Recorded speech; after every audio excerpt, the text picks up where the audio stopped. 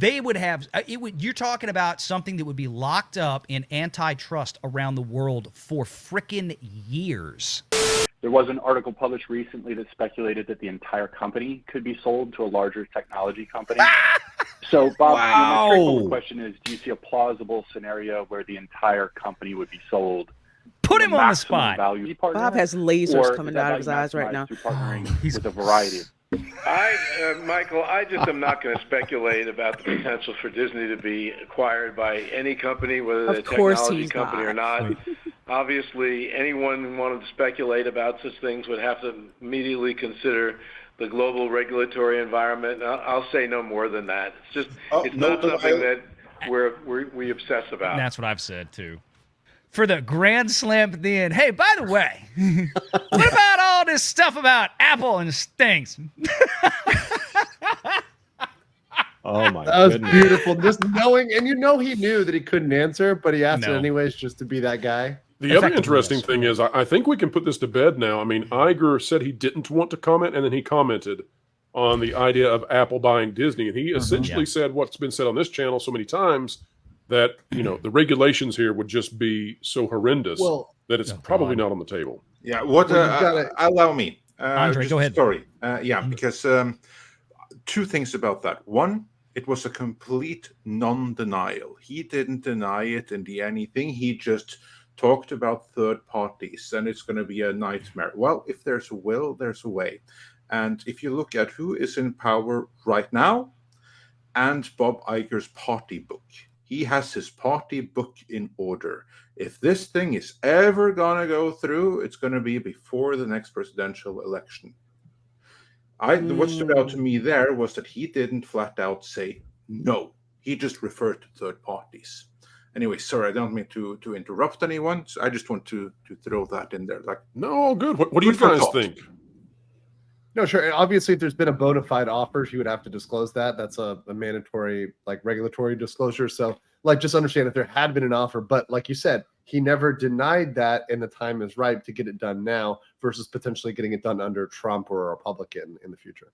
So what would we see then out of the Disney company if that were going to transpire? And so let's say that's going to happen in the next year and a half, right? So we're playing with the presidential election. So if it's going to happen in the next year and a half, what steps would we want to see to start leaning that way and saying, oh, it's more or less likely? Would we see significant parts of the company start to move out from under it? Look, as I've said before, and I'll be happy to entertain everybody to chime in on this, please. But I've said that it's one thing for somebody to make an offer. Okay, Apple could come in tomorrow and say, we're going to offer Disney stockholders $120 a share as a buyout. Boom, done. Right?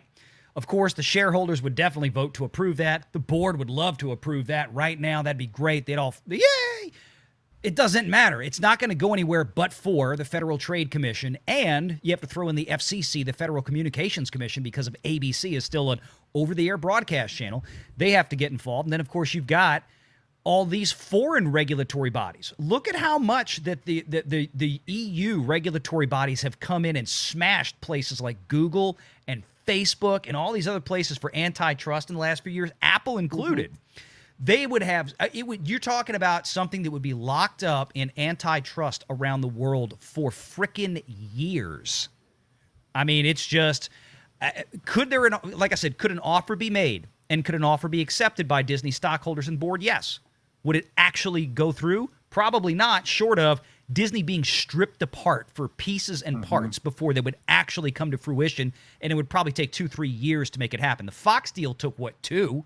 We're talking about 2 Dow Jones components out of 30 merging. We're talking about Apple going from being just the biggest company on earth that's not owned by the Chinese government, the biggest technology company. Are you sure about that? Yeah. Well, yeah. You know what I mean. It's still publicly traded in the U.S. You get my point.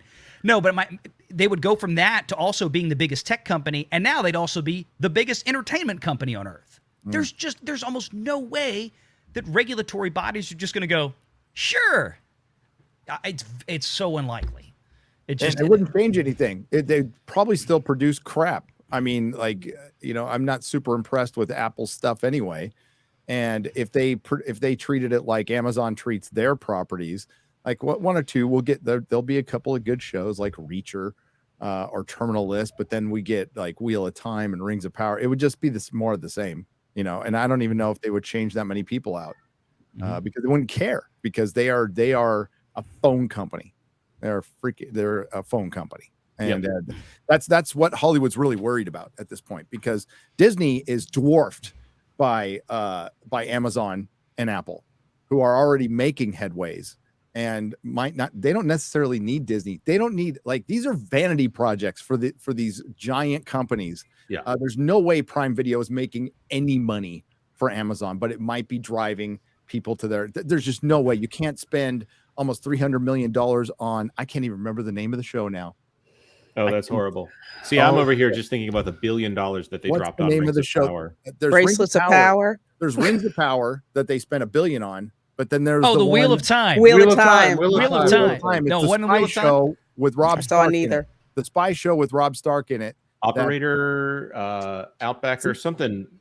I can't remember the name of the show. Wow. Okay, it's that bad. Yeah. Citadel. No. It was $60 million an episode. Holy crap. $60 million an episode.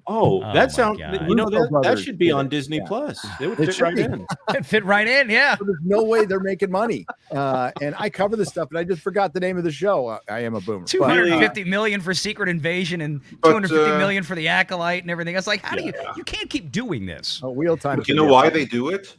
Jennifer Salke, the Kathleen Kennedy of Amazon. She's the one doing it because she wants some of that Hollywood glitz and glamour without actually having the competency or skill to get it right. But she just wants to throw tons and tons and tons of money on it. So she's literally the embodiment of Kathleen Kennedy within Amazon.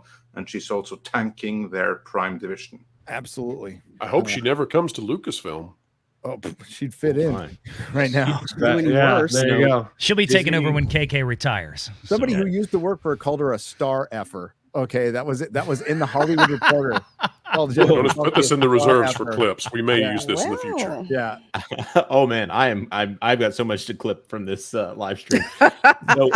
Jonas, I told you were going to be busy after this one, so you might need a raise this month. I don't know, but I mean, we'll see. You know, hey, this is a good month for it.